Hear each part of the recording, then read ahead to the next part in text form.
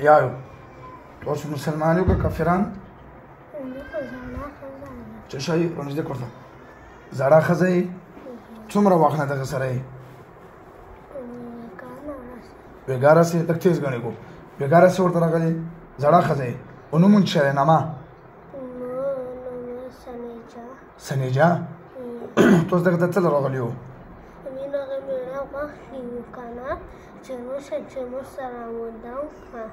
ښه دغې مېړه ویل چې مور سره واده وکړو دغه زنانه او دغه ماشوم یې پلار دی که څه دی ښه نیکه یې ویل دغه ماشوم یې نیکه ویل چې ته مور سره واده وکړه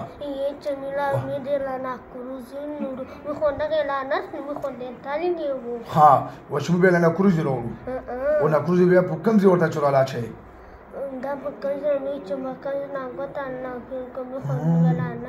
او نیکه یې څه له ښځه نشته دی هغه چې جنګونه کوي ته ورسره اوس واده کوي نیکه سره یې نه واده ورسره کوي چې زه تا وړه په نکاح کړم ویلې ته خپل مېړه نشته مېړه دی مړ دی د تو عمر څومره دی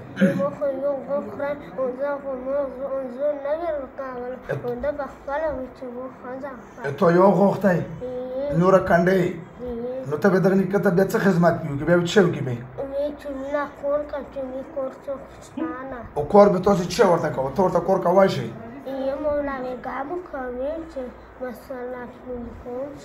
ښه اوس ته ورسره واده کوې ته به ته څه خدای برباد کا دغه نیکه د واده دی چې ته ورسره واده کوې خدای برباد کا او ته دغه له کم تکلیف ورکوې د ماشومې له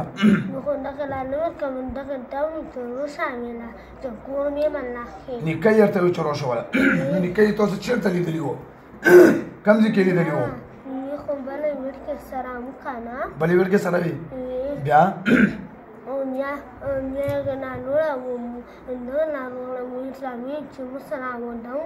نو خدای ښه واده خو یا وکړه یا ونه کړه دغه ماشوم له څه له راغلی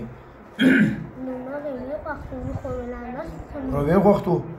نو دغه بدن ته خو یې نه راغوښتې دغه څه خو نور پیریان یو کافر یو مسلمان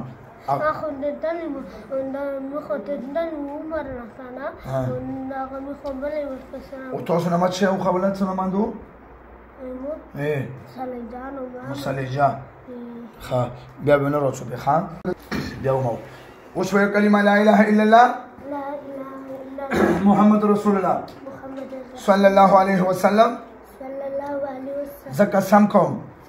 چې بیا به دې ماشومې ته نه راځو او دې کور ته به هم نه ځو دلته به دې سارېږم زه واده او که بیا پرې راغلي و بیا بیا به دونه سخته سزا ورکوم ښه ورکه وادې رس شابه ټټې دې بدن راووځو شابه وچه ګوتره ګوتره وځتې بوډۍ زور سره وځتې ورکو زور ها شرک سره وځتې ورکه زور ګوتې وباسه ووځتې ټوپ ووتې